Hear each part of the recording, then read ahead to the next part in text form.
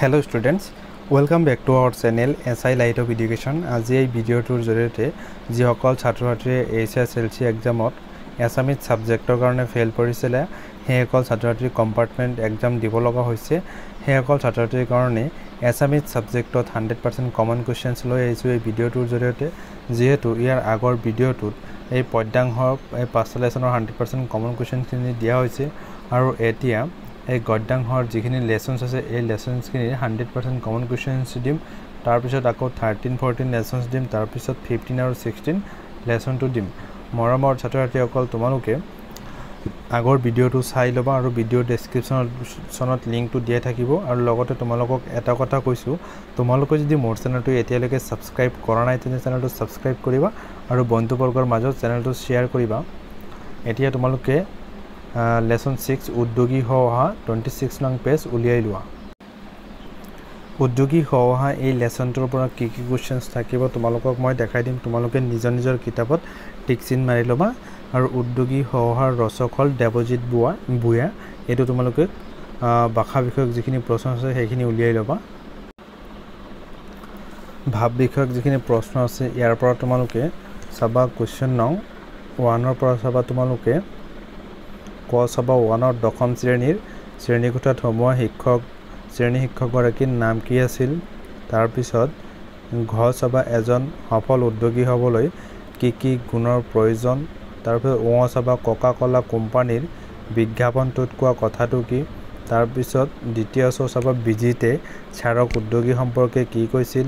তাৰ পিছত তোমালোকে চাবা Boraj Thomas ULFA এডিসনে electric bulb তৈয়াৰ কৰাত বাৰে বিফল হৈ কি কৈছিল তাৰ পিছত তোমালোকে কোৱেশ্চন নং 2 চাবা কোৱেশ্চন নং 2 ৰ পৰা তোমালোকৰ চাব লাগিব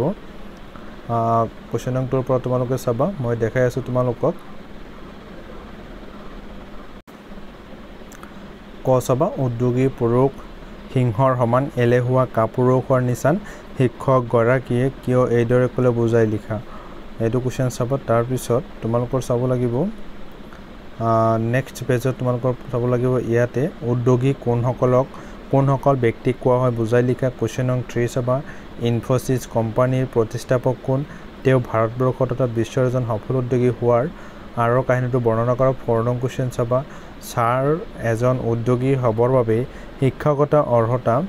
কেনে ধৰণৰ হ'ব লাগে এইদৰে কোনে সুধিছিল তাৰ উত্তৰত শিক্ষকে কি কৈছিল বুজাই লিখা তাৰ পিছত তোমালোকে চাবা কোৱেশ্চন নং 5 এজন উদ্যোগী হোৱা জীবন সহজ সবল হোৱাটো কিন্তু হিমান সহজ নহয় কথাকাৰ পাঠৰ আধাৰত বুজাই লিখা তাৰ পিছত তোমালোকৰ চাব লাগিব মই দেখাই দি আছো ইয়াৰ পৰা তোমালোকৰ 9 নং কোৱেশ্চনটো চাবা 10 চাবা লগতে তাৰ পিছত তোমালোকৰ চাব লাগিব ভাব সম্প্ৰসাৰণটো তোমালোকে চাবা খ চাবা জিমুলা বাৰেটাৰ দুপাতটো চিন আৰু লিংগ পৰিৱৰ্তন কৰাটো চাবা তাৰ পিছত তোমালোকে উলিয়াই লোৱা ভাৰতীয় সংস্কৃতি এইটো তোমালোকে লেসনটো উলিয়াই লোৱা ভাৰতীয় সংস্কৃতি লেসন তোমালোকে উলিয়াই লোৱা আৰু এইটো লেসনত কি কোৱেশ্চনছ তোমালোকৰ চাব লাগিব মই তোমালোকক দেখাই দিম আৰু ভাৰতীয় সংস্কৃতিৰ ৰচক হল হেম বৰুৱা ভাব বিষয়ক যিখিনি মানে কোৱেশ্চনছ আছে প্ৰশ্নাৱলীত ইয়াৰ পৰা তোমালোকে চাব লাগিব কোৱেশ্চন নং 1 ভাৰতীয় সংস্কৃতিৰ প্ৰাণ কি নেক্সট কোৱেশ্চন নং 2 ফ্ৰম বলগা টু গংগা কাৰ ৰচনা তাৰ পিছত তোমালোকৰ চাব লাগিব মই দেখাই আছো এক সেকেন্ড তাৰ পিছত তোমালোকৰ চাব লাগিব কোৱেশ্চন নং 4 কোনটো যুগক ভাৰতীয় সংস্কৃতিৰ বিস্তাৰ যুগ বুলিব পাৰি কোৱেশ্চন নং 5 শিৱ আৰু শক্তি পূজাৰ মূল কত আৱিষ্কাৰ হৈছিল তাৰ পিছত নেক্সট পেজ তোমালোক উলিয়াই লোৱা ইয়াৰ পৰা তোমালোকে চাবা যেহেতু তোমালোকৰ কিতাপৰ লগত পেজ নং নিমিলিব পাৰে যেহেতু কিতাপ নতুন পুৰণাৰ কথা আছে ইয়াৰ পৰা তোমালোকৰ চাব লাগিব কোৱেশ্চন নং 6 ইছলামীয় ভাস্কৰ্যৰ মূল সম্পদ কি 7 নং চাবা অজন্তাৰ ছবিবোৰত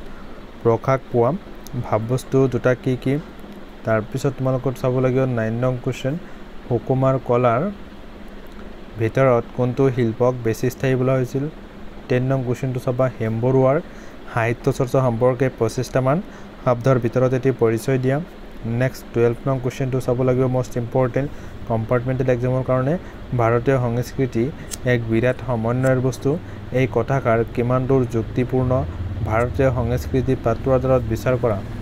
নেক্সট তোমালোকে 13 নং কুৱেশ্যনটো চাবা সভ্যতা আৰু সংস্কৃতি শব্দ দুটাৰ মাজৰ পাৰ্থক্য বিচাৰ কৰা নেক্সট তোমালোকৰ 15 নং কুৱেশ্যন চাবা অজন্তাৰ গুহাৰ শিল্পকলাৰ এটি বিৱৰণ দিয়া তাৰ পিছত তোমালোকৰ চাব লাগিব নেক্সট 18 নং কুৱেশ্যন ভাৰতীয় সংস্কৃতিত ইছলামৰ অৰিহণাৰ এটি টোকা যুগত কৰা তাৰ পিছত তোমালোকৰ 20 নং কুৱেশ্যনছৰ পৰা তোমালোকৰ চাব লাগিব ক সংস্কৃতিৰ অবিচ্ছিন্ন ধাৰাই হৈছে ভাৰতীয় জীৱনৰ মূল সম্পদ তাৰ পিছত তোমালোকৰ নেক্সট লেসন তোমালোক উলিয়াই লবা অসমৰ জনগোষ্ঠীৰ গাঁথনি আৰু সংস্কৃতি ইয়াৰ লেখক আছিল আব্দুছ সাত্তাৰ আৰু এইটো লেসনৰ প্ৰশ্নাৱলীত কি কুৱেশ্যনছ আছে তাৰ পৰা মই তোমালোকক কুৱেশ্যনছ দেখাই দিম তোমালোকে এফালৰ পৰা চাই যাবা আৰু তোমালোকে নিজৰ নিজৰ কিতাপত কিন্তু টিক মাৰ্ক কৰি লবা নহলে তোমালোকে লছ হ'ব যেহেতু অসমীয়া সাবজেক্টত যিসকলে ফেল কৰিছে সেইসকলৰ কাৰণে মোষ্ট ইম্পৰ্টেণ্ট ভিডিঅ' হয় আৰু এইটো লেসনত কি কুৱেশ্যনছ আছে তোমালোকক দেখাই আছো মই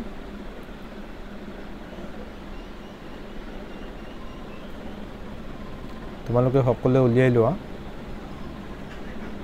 ইয়াৰে প্ৰথম যেটো ফাৰ্স্ট কুৱেশ্যন যেটো দিয়া আছে ইয়াৰ পৰা তোমালোকৰ চাব লাগিব কুৱেশ্যন নং 1 ৰ ক চাবা ত্ৰয়োদশ শতিকাত অসমলৈ অহা বহিৰাগত গোষ্ঠী কোনটো ঘ চাবা কিহে অসমীয়া জাতিক অধিক কটকটীয়া কৰিলে ঘ সকলোকে বান্ধি থোৱা এনাজৰীডাল কি আছিল তাৰ পিছত তোমালোকৰ কুৱেশ্যন নং 2 ৰ পৰা চাব লাগিব ক অসমীয়া জনগোষ্ঠীৰ ধাৰক বুলিলে কোন সকলক বুজায় আৰু ঘ চাব লাগিব ঘ চাহ উদ্যোগৰ কৰ্মীসকল কোন তেওঁলোক কৰ পৰা অসমলৈ আহিছিল আৰু লগতে খটো তোমালোকে চাবা কিমান চনৰ পৰা কিমান চনলৈ অসমৰ বিদ্যালয়ত বঙলা ভাষা চলিছিল তাৰ পিছত নেক্সট পেজ উলিয়াই লবা নেক্সট পেজৰ পৰা তোমালোকৰ চাব লাগিব কুৱেশ্যন নং 3 অসমৰ পুৰণি সাহিত্যৰ সমলবোৰ কি তাৰ পিছত 4 নং কুৱেশ্যনটো চাব লাগিব অসমৰ বৈচিত্ৰ্যপূৰ্ণ জনগোষ্ঠীৰ গাঁথনিতে অসমীয়া সংস্কৃতিৰ বৈশিষ্ট্য ৰক্ষা পৰিছে কথাষাৰৰ গুৰুত্ব ব্যাখ্যা কৰি অসমৰ জনগোষ্ঠীৰ বৈচিত্ৰ্যৰ কথা বৰ্ণনা কৰা নেক্সট কুৱেশ্যন নং 6 চাব লাগিব এটা সংমিশ্ৰিত সংস্কৃতি সম্পন্ন জাতি ইয়াক নৈ কৰাৰ কোনো যুক্তিতৰ্কৰ অৱকাশ নাই ইয়াত লেখকে কাক আৰু কি সংস্কৃতি সম্পন্ন জাতি বুলি কৈছে নৈ কৰাৰ কোনো যুক্তিতৰ্কৰ অৱকাশ নাই বোলা কথাষাৰৰ সত্যাসত্য বিচাৰ কৰা নেক্সট এইটো লেসনৰ পৰা তোমালোকৰ চাব লাগিব ভাষা বিষয়ক ইয়াৰ পৰা কুৱেশ্যন নং 1 হন্দি ভাঙা লগতে কুৱেশ্যন নং 2 উপসৰ্গ লগাই তিনিটা শব্দ গঠন কৰা নেক্সট লেসনটো তোমালোকে উলিয়াই লবা ইন্টাৰনেটৰ তিতা মিঠা ৰচক হল ডক্টৰ প্ৰণয় দত্ত আৰু এইটো লেসনৰ পৰা তোমালোকৰ কি ইম্পৰ্টেণ্ট কুৱেশ্যনছ আছে মই তোমালোকক দেখাই দিম তোমালোকে চাই যাবা যেনেকৈ ইয়াত এটা হেৰি আছে কুৱেশ্যনছ এটা আছে যে CERN এইটোৰ সম্পূৰ্ণ ৰূপ হল European organisation of nuclear research তাৰ পিছত আৰু এটা কুৱেশ্যনছ কিতাপৰ মাজতে তোমালোকক আছে যেনেকুৱা ভাইৰাছৰ সম্পূৰ্ণ ৰূপ কি তোমালোকে লিখিবা ভাইটেল ইনফৰমেশ্যন ৰিসোৰ্সেছ আন্ডাৰ সাইজ তাৰ পিছত তোমালোকে প্ৰশ্নাৱলী উলিয়াই ল'বা একেবাৰে প্ৰশ্নাৱলীত আহা প্ৰশ্নাৱলীত কি কুৱেশ্যনছ দিয়া আছে তোমালোকে চাবা মই টিক মাৰ্ক কৰি দিম তোমালোকে নিজৰ কিতাপত টিক চিন দি ল'বা ইয়াতে ফাৰ্স্ট কুৱেশ্যন নং 1 ৰ পৰা চাব লাগিব ক চাবা খ চাবা ঘ চাবা আৰু ঙ চাবা তাৰ পিছত কুৱেশ্যন নং 2 চাবা লগতে কুৱেশ্যন নং 4 চাবা তাৰ পিছত তোমালোকৰ চাব লাগিব কুৱেশ্যন নং 6 ইন্টাৰনেটৰ মিঠা সুবিধাৰ লগতে তিতা অসুবিধাও আছে কথাষাৰৰ বক্তা কোন ইন্টাৰনেটৰ সুবিধা আৰু অসুবিধাৰ বিষয়ে পাঠৰ আধাৰত বুজাই লিখা নেক্সট তোমালোকে 8 নং কুৱেশ্যনটো চাব লাগিব ইন্টাৰনেটৰ অত্যধিক ব্যৱহাৰে ছাত্ৰ-ছাত্ৰীৰ জীৱনত কেনে প্ৰভাৱ পেলাব পাৰে পাঠটোৰ আধাৰত বুজাই লিখা আৰু ভাষা বিষয়কৰ পৰা তোমালোকৰ এটা চাব লগা নাই নেক্সট পেজটো তোমালোকে উলিয়াই লোৱা নেক্সট যেটো পেজ আছে অৰুণিমা সিনহা আৰু এইটো লেসনৰ পৰা কি কোৱেশ্চনছ থাকিব তোমালোকৰ কম্পাৰ্টমেণ্টেল এক্সামত মই 100% তোমালোকক দেখাই দিম আৰু তোমালোকে নিজৰ কিতাপত টিক চিন মাৰি ল'বা তোমালোকে উলিয়াই লোৱা ইয়াৰে যিখিনি লেখক পৰিচয় তাৰে পৰা মই কিছুমান হেডলাইন মই দেখাই দিম তোমালোকে টিক চিন দি ল'বা যে ইয়াতে দিয়া আছে ডক্টৰ মহন্ত 1999 চনৰ পৰা 2002 চনলৈকে ৰাজ্যসভাৰ সাংসদ আছিল কোৱেশ্চন আহিব ডক্টৰ মহন্তই কিমান চনলৈকে ৰাজ্যসভাৰ সাংসদ আছিল লিখিবা 1999 চনৰ পৰা 2002 চনলৈকে ৰাজ্যসভাৰ সাংসদ আছিল তাৰ পিছত আৰু এটা লাইন তোমালোকে আন্ডাৰলাইন কৰি ল'বা মহন্তক 2018 চনত ভাৰত চৰকাৰে পদ্মশ্ৰী উপাধিৰে সন্মানিত কৰে তাৰ পিছত এটি লেসনৰ প্ৰশ্নাৱলী তাহা যে ইয়াতে দিয়া আছে কোৱেশ্চন নং 1 ক চাবা অৰুণিমা সিনহাৰ কোনবিধ খেলত বিশেষ দক্ষতা আছিল ক চাবা ঘ চাবা লগতে ঙ চাবা তাৰ পিছত কোৱেশ্চন নং 2 চাবা তাৰ পিছত তোমালোকে চাবা কোৱেশ্চন নং 5 চাবা অৰুণিমা সিনহাই কিয় লাডাখত থকা মাউণ্ট শামছেৰ কাংৰীৰ অভিযান সম্পূৰ্ণ কৰিব নোৱাৰিলে 6 চাবা অৰুণিমা সিনহাৰ এভাৰেষ্ট অভিযানৰ বৰ্ণনা দিয়া তাৰ পিছত 7 নং কোৱেশ্চন চাবা 5 6 7 সিৰিয়ালি 7 নং কোৱেশ্চন একোগৰাকী ব্যক্তিয়ে নিজৰ প্ৰতিবাৰ জাতীয় জীৱনত জিলিকি উঠি আন সহস্ৰজনৰ বাবে আশা আৰু প্ৰেৰণাৰ বাৰ্তা কঢ়িয়াই আনে কথাকাৰৰ যুক্তিযুক্ততা অৰুণিমা সিনহাৰ জীৱনৰ আধাৰত বুজাই লিখা নেক্সট লেসনটো তোমালোকে উলিয়াই ল'বা নেক্সট লেসনটো কি আছিল তোমালোকৰ অৰণ্য যাত্ৰা এই অৰণ্য যাত্ৰা লেসনটোত কি ইম্পৰ্টেণ্ট কোৱেশ্চনছ আছে তোমালোকক মই দেখাই দিম আৰু তোমালোকে নিজৰ কিতাপত লেসনত তোমালোকে টিক চিন মাৰি ল'বা আৰু মই যিখিনি দেখাই দিম এইখিনিৰ পৰাই তোমালোকৰ কম্পাৰ্টমেণ্টেল এক্সামত 100% কমন পৰিব তোমালোকে ভিডিঅ'টো স্কিপ নকৰিবা তোমালোকে চাই যাবা তোমালোকে প্ৰশ্নাৱলীটো উলিয়াই লোৱা ফাৰ্ষ্ট কোৱেশ্চন নং 1 যেটো দিয়া আছে 1 তোমালোকে ইয়াৰ পৰা ক চাবা বিদ্যালয়ৰ অষ্টম আৰু নৱম শ্ৰেণীৰ শিক্ষাৰ্থীসকলক কোনখন অৰণ্যলৈ নিয়াৰ সিদ্ধান্ত লৈছিল নেক্সট পেজ উলিয়াই লোৱা নেক্সট পেজৰ ঘটো চাব লাগিব লৰ্ড কাৰ্জন কোন তাৰ পিছত 4 নং কোৱেশ্চন চাব লাগিব কাজিৰঙালৈ যাবলৈ ওলাওতে পাহি আৰু পলক মাক আৰু দেউতাকে কি উপদেশ দিছিল 5 নং কোৱেশ্চনটো চাব লাগিব কামত লৰা ছোৱালী বুলি ভাগ নাই যেনেকৈ কাম ভাগ কৰি দিছো তেনেকৈ কৰা এই কথাষাৰৰ বক্তা কোন তেও কিয় এই কথাষাৰ কবলগীয়া হৈছিল আতিগুৰি মাৰি লিখা 6 নং কোৱেশ্চনটো চাবা কাজিৰঙা ৰাষ্ট্ৰীয় উদ্যানত পল আফতাবত কি বিপদত পৰিছিল এই বিপদৰ পৰা হিহঁতক কোনে উদ্ধাৰ কৰিছিল তাৰ পিছত তোমালোকে চাব লাগিব কোৱেশ্চন নং 8 মহিচন্দ্ৰ মিৰি কোন কাজিৰঙাক বিশ্ব দৰবাৰত চিনাকি কৰা দিবলৈ তেও কেনে ভূমিকা লৈছিল নেক্সট 9 নং কোৱেশ্চন চাবা নিঘনা চিকাৰীৰ প্ৰকৃত নাম কি তেও কাক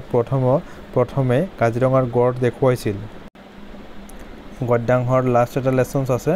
যে পাৰস্যত এই ভূমিকি এইটো লেসনৰ পিছত আৰু নেক্সট এটা ভিডিঅ' তোমালোকৰ মাজলৈ লৈ আহিম 13 আৰু 14 লেসন তাৰ পিছত আৰু এটা ভিডিঅ' লৈ আহিম 15 and 16 লেসন মই তোমালোকক প্ৰথমতে কৈছো কম্পাৰ্টমেণ্ট এক্সামৰ কাৰণে মই এছামিজ সাবজেক্টৰ ওপৰত 4টা ভিডিঅ' লৈ আহিম বুলি কৈছিল আৰু প্ৰতিটো ভিডিঅ'ৰ লিংক তোমালোকে ভিডিঅ' ডেসক্ৰিপচনত পাই থাকিবা আৰু পাৰস্যত এই ভূমিকি ৰচকৰ নাম হৈছে ৰবীন্দ্ৰনাথ গোস্বামী আৰু এইটো লেসনত কি তোমালোকৰ কমন কোৱেশ্চনছ আছে মই তোমালোকক দেখাই দিম তোমালোকে নিজৰ কিতাপত তোমালোকে টিক চিন মাৰি ল'বা কোৱেশ্চন নং 1 ৰ পৰা তোমালোকৰ চাব লাগিব অঙ লেখকে বৈচাৰত কি আছে বুলি শুনিছে তাৰ পিছত নিয় আবুজাৰ কোন তাৰ পিছত তোমালোকৰ ত আগা শব্দৰ অৰ্থ কি তাৰ পিছত তোমালোকৰ চাব লাগিব এইটো ন ইৰাণৰ ৰাজধানীৰ নাম কি চাব লাগিব লেখক থকা তেহৰানৰ হোটেলখনৰ নাম কি তাৰপিছত ধ স্লাম্বাৰজাৰ কি তাৰপিছত তোমালোকৰ চাব লাগিব পপ বেহেষ্টি জাহাৰা কি তাৰপিছত তোমালোকৰ চাব লাগিব ম ইৰাণৰ আন্তঃৰাষ্ট্ৰীয় বিমানবন্দৰটোৰ নাম কি 29 জ যেটো কেন্দ্ৰৰ অৰ্থ কি তাৰপিছত তোমালোকৰ চাব লাগিব এইটো কোৱেশ্চন নং 2 তেলৰ বাবে চলোৱা খনন কাৰ্যত মাদল গিং আহিলাসমূহৰ ভূমিকা কি তাৰপিছত তোমালোকৰ নেক্সট